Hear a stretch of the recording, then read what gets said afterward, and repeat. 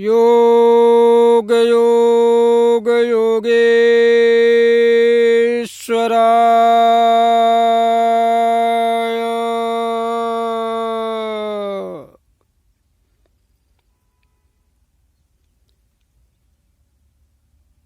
भूत भूत भूतेश्वराय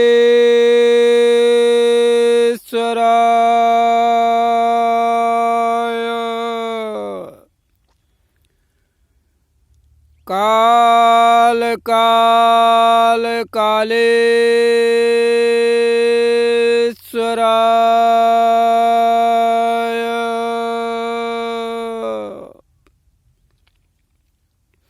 शिव शिव सर्वेश्वराय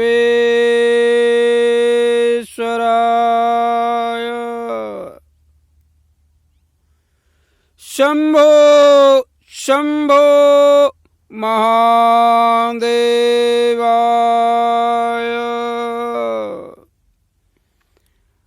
ओम सभी को नमन बंदन। आज मैं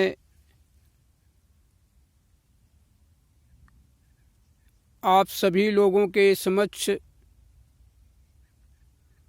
एक वैचारिक व्यवस्थाओं को लेकर उपस्थित हो रहा हूँ।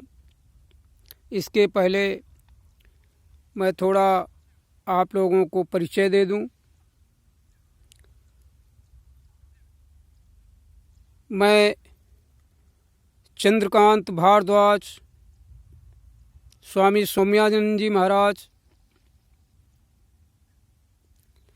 संस्थापक विश्व धर्म संगम, आपके सामने कुछ विनती करना चाहता हूँ।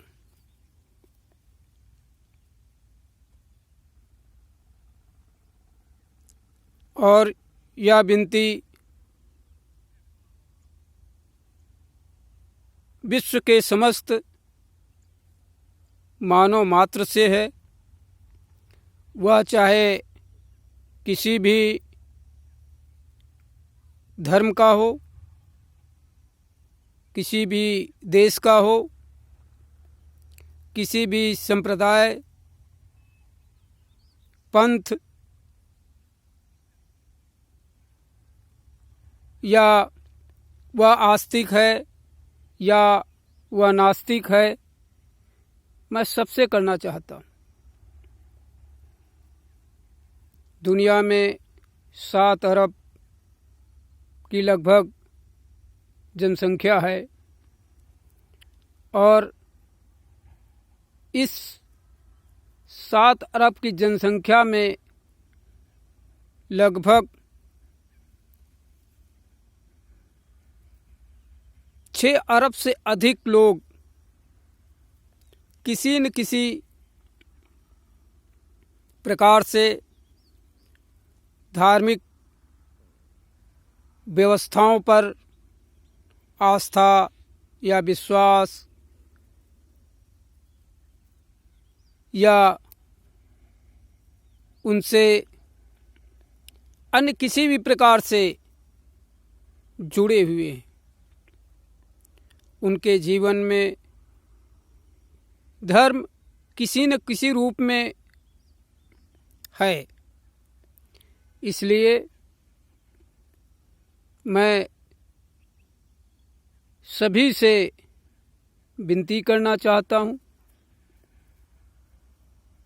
जो धर्म से नहीं जुड़े हुए हैं, वो भी मनुष्य शरीर में होते हुए वे मानव होने के नाते अपने अस्तित्व को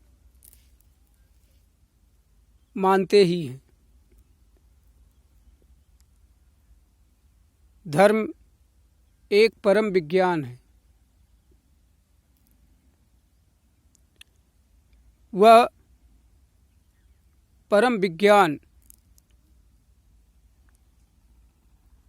की खोज पूर्व से ही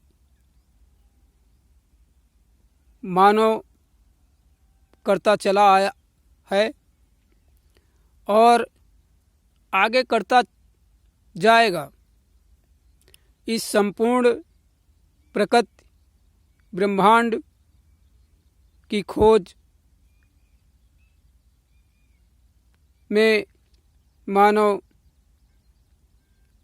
उस सृजनकर्ता को भी जान लेना चाहता है और स्वयं अपने जीवन के मूल स्रोत को जान लेना चाहता है। धर्म मानव के मूल सृजन के स्रोत की तरफ ले जाता है, लेकिन आज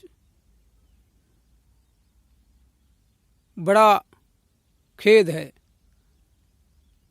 हजारों लाखों वर्षों से मुझे तो ऐसा ही लग रहा है कि धर्म के नाम पर केवल युद्ध और युद्ध ही देखने को मिलते हैं, जबकि इसका दूसरा भाग, दूसरा पहलू मानव जीवन को एक उच्च स्थिति में ले जाने की ओर इंगित करता है। इसलिए विश्व धर्म संगम की ओर से विश्व धर्म आध्यात्मिक शोध एवं अनुसंधान संस्थान विश्वविद्यालय की स्थापना के लिए एक पहल कुछ विद्वान संतगण और कुछ वरिष्ठ नागरिक के साथ में मिल बैठकर प्रस्तावना के रूप में पारित किया गया है, जिसे हम अनवरत रूप से जन जन तक पहुंचाने की कोशिश कर रहे हैं कि यह संदेश, यह प्रस्तावना पत्र आप तक जल्दी से जल्दी पहुँचे और इस पर सभी लोग विचार विमर्श करें। इसके लिए हम राजकीय स्तर पर, शासकीय स्तर पर कोशिश भी कर रहे हैं, क्योंकि किसी भी विश्वविद्यालय की जो मानक होते हैं वह मानक बिना राज्य की अनुमति के नहीं किया जा सकता है। केंद्रीय स्तर पर विश्वविद्यालय की स्थापना किया जाना है और यह परिकल्पना नहीं है, यह अहेतुक ईश्वरीय प्रेरणा से प्राप्त निष्काम भाव से इसके लिए प्रेरणा मिली हुई है और इस प्रेरणा में सभी को, जन जन को भागीदार बनाया जाना है या होना है, क्योंकि धर्म किसी एक व्यक्ति के लिए नहीं है। मनुष्य का जीवन का स्तर केवल एक व्यक्ति के या एक परिवार तक तो सीमित नहीं है ना। हम आज वैश्विक रूप में, चाहे व्यापार के रूप में हो, चाहे सामरिक रूप में हो, चाहे अन्य किसी रूप में हो, हम एक दूसरे से संबंध रखते ही हैं।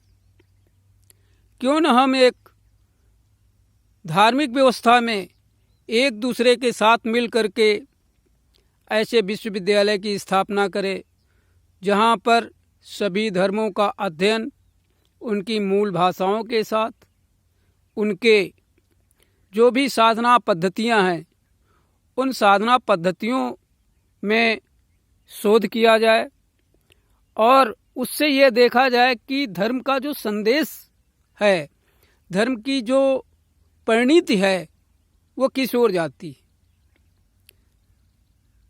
और अगर धर्मशास्त्रों को देखा जाए तो सभी धर्मों में,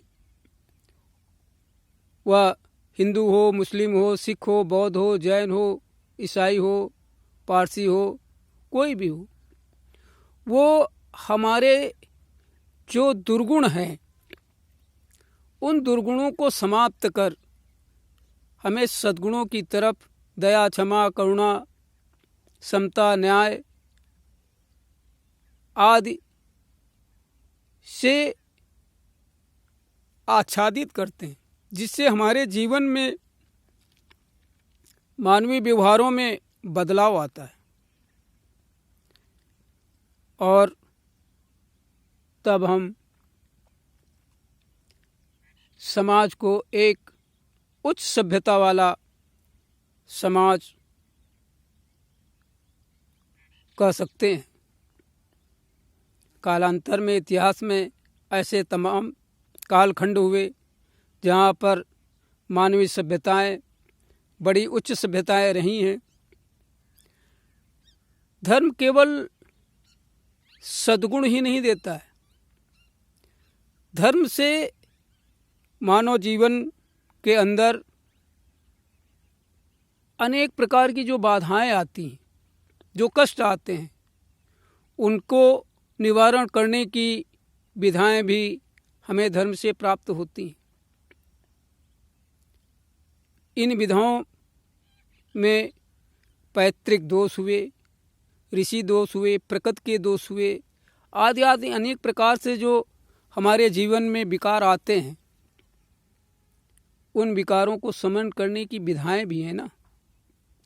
उन विधाओं के लिए हम जब तक एक क्रमबद्ध रूप से शैक्षणिक व्यवस्था में नहीं लाएंगे, नहीं सीखेंगे, तब तक धर्म हमारे अंदर नहीं उतरेगा। इसलिए ये आवश्यक है कि धर्म को एक शैक्षणिक व्यवस्था में लाया जाए। इसलिए आप सबसे हमारी गुजारिश है, सबसे प्रार्थना है कि आप इस पर विचार करिए। समाज में आज धर्म के नाम पर बड़े बड़े विप्लव पैदा हो जाते हैं। शब्दों पर, शब्द का प्रभाव कितना बड़ा है। मान, अपमान, सम्मान सब शब्दों से ही तो निकल रहा है ना, और उनका प्रभाव कितना है। हम मरने मारने पे तो उतारू हो जाते हैं। जरा जरा से एक एक शब्द पे परिवार में वैमनस्य पैदा हो जाता है, पति पत्नी में झगड़ा हो जाता है, और उसी शब्द को हम उसकी भावना के अनुरूप उसका हम समन कर ले, समन्वय कर ले। लेकिन ये समन्वय यूं नहीं हो जाता। इसके समन्वय के लिए हमें हमारे अंदर से जो दोष हैं, जो विकार हैं, उनको निकालना पड़ेगा। और उन विकारों को निकालने की विधाएं क्या हैं, उनको जानने के लिए विश्व धर्म संगम ने विश्व धर्म आध्यात्मिक शोध एवं अनुसंधान संस्थान विश्वविद्यालय की स्थापना कर प्रथम रूप से धर्म के सिद्धांतों को बाहर लाना है और उनको प्राथमिक रूप से बाल अवस्था से, जैसे आज हम 6 वर्ष के बालक को विद्यालय में प्रवेश कराते हैं और प्रवेश कराने के बाद में उसको एक क्रमबद्ध तरीके से शिक्षा देते हुए पीएचडी और उससे ऊपर जो भी शोध हैं उनको भी कराते हैं।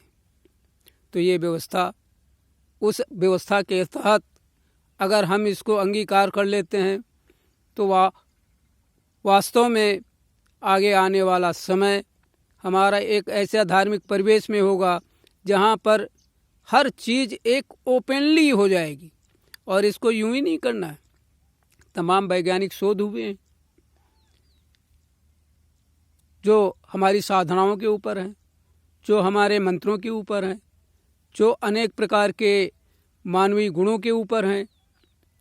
तो इन सब का शोध उसके साथ में एक वैज्ञानिक तरीके से हो जाएगा, और जब वैज्ञानिक तरीके से होगा तो उसका प्रतिफल रूबरू आएगा ना। सत्य, विज्ञान सत्य की ओर ले जाता है।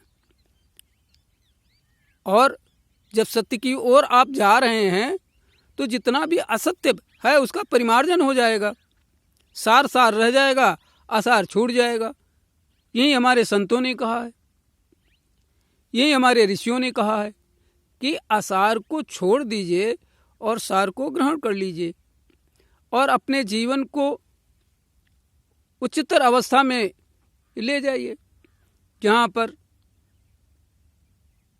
हमें भय, भ्रम, भाव आदि की संज्ञाएं, जिनसे व्यक्ति दूसरे को ठगता है या इनके फेर में आकर के अपने आप को ठगा लेता है, ये भ्रम भय भाव के कारण ही तो है ना। चोरी, मैं एक बात बता रहा हूँ, चोरी क्या है? जब भी कोई व्यक्ति चतुराई करेगा तो चोर बन गया, और चोर जब बन जाता है कोई व्यक्ति तो उसका परिणाम किसी न किसी के ऊपर जरूर घटित होगा। चोरी हुई कब? जब चतुराई आई, और जब चतुराई आई तो चोरी घटित हो गई। चतुराई की, कर्म में परिणित हुई, चोरी हो गई। अब वो चाहे कितनी बारीकी से किया जाए, किसी के संज्ञान में हो या अज्ञान में हो, ये एक अलग बात है। इसलिए भैया, मानव जीवन की हर वृत्ति के ऊपर शोध किया जाना है, और जब शोध किया जाना है तो हर वृत्ति के ऊपर कमांड कब होगा? चित्त वृत्ति निरोधस्य योग कहा गया, लेकिन योग के साधन क्या है? उस मूल साधन को लाने के लिए, उनको निरुद्ध करने के लिए, उनको समायोजित करने के लिए हमें उस परम विज्ञान की भी तो आवश्यकता होगी ना। आवश्यकता होगी तो इसके लिए पढ़ाई कहाँ पर होगी, शिक्षा दीक्षा कहाँ पर होगी? ऐसी शिक्षा दीक्षा की व्यवस्था के लिए हम सब मिलकर के एक साथ आवाज उठाएं और अपना तन मन धन दे करके, भारतवर्ष की 1.5 अरब जनता है, और ये 1.5 अरब जनता जो है, अगर 51 रुपए का भी अनुदान प्रत्येक व्यक्ति करता है तो इसके बनने में क्या देरी होगी। और मैं अपनी सभी राज्यों की सरकारों से, केंद्र सरकार से, माननीय महामहिम राष्ट्रपति महोदया जी से भी विनती करता हूं, इस पर विचार करें और इसके लिए हम सब आपस में परिचर्चा करके एक बैठक करें। बैठक में जो है मसौदा तय करें इस काम को किस तरीके से किया जाना है, क्योंकि विश्व में अब तक कोई वैश्विक यूनिवर्सिटी ऐसी नहीं है जो धर्म और अध्यात्म के लिए, शोध के लिए कार्यरत हो। इसलिए मेरी प्रार्थना सभी मानव मात्र से है, इसमें सहयोग हम सभी का लेंगे। आवश्यकता पड़ी तो जो भी विदेशों से भी रहने वाले जो लोग भी इसकी स्थापना में भारत सरकार के माध्यम से जो भी योगदान देना चाहेंगे वो योगदान दे सकते हैं। मेरी अपनी ऐसी भावना है, और जो कुछ भी होगा वो बैठकों में तय होगा। मैं केवल अकेले या मेरी संस्था जो है वो स्थापना करने नहीं जा रही। मैं बहुत छोटा आदमी हूँ, इस खेत के अंदर बैठ करके मैं वीडियो बना रहा हूँ, क्योंकि बाहर गांव में लोग शोर शराबा करते हैं, एकांत मिलता नहीं है। इसलिए मैं एकांत स्थान में आकर के मैं आपके सामने 2 शब्द प्रस्तुत कर रहा हूँ प्रस्तावना के रूप में, और आप लोग इस पर अवश्य विचार करें और हमें अपनी प्रतिक्रिया सहयोग के रूप में, सलाह के रूप में अवश्य दें, और यह वीडियो जन जन तक पहुंचाएं। और मैं आगे भी मैं आपको बता दूं, मैंने राज्यपाल महोदय राजस्थान, राज्यपाल महोदया उत्तर प्रदेश सरकार को अवगत करा दिया है, और आगे हमारी योजनाएं आप जन जन तक पहुंचने की भी हैं, लेकिन सरकार के और संविधान के तहत। इसके विरुद्ध में मैं कोई भी कार्य नहीं करूँगा, क्योंकि राष्ट्र हित सर्वोपरि है। राष्ट्र का संविधान सभी नागरिकों के लिए सर्वोपरि है। इसलिए